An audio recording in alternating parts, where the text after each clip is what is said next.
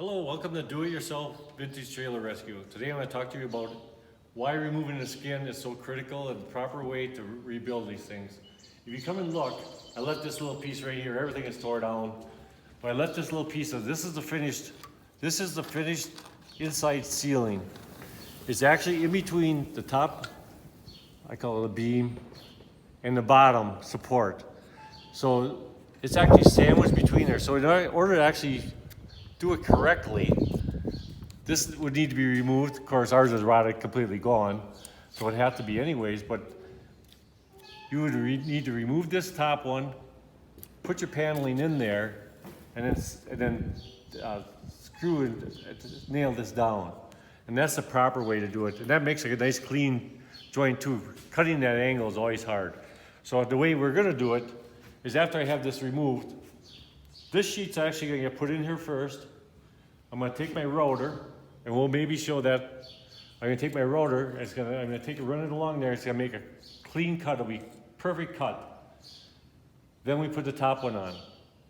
And the ceiling, inside ceiling, the finished ceiling, will be sandwiched between the top and the bottom layer.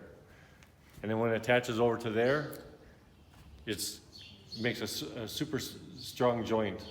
So, as you can see, I mean, our trailer is seriously rotted. Right here, right above the door, on the outside of the skin, that's where the seam of the aluminum is.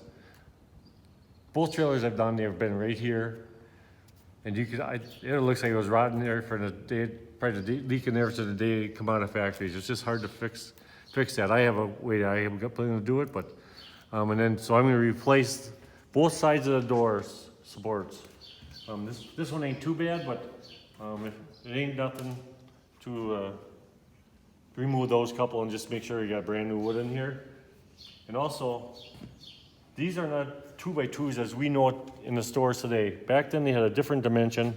So it's actually 1 5/8. A 2x2, the 2 inches diameter now in wood is actually 1.5 inches. This is 1 5/8. It's a little bit bigger. I mean, if you do the whole thing, it's gonna, with the wrong dimension, it's gonna throw off all your dimensions. So you have to rip them down. We have a table saw. My neighbor's got a real nice table saw. It lets me take 2x6s and we rip some strips of this size. So keep that in mind. If you're doing a little splice, you need to get that exact width. Otherwise, your paneling ain't gonna match up correctly when you try putting it on if this is off at 1/8 inch. So thank you. And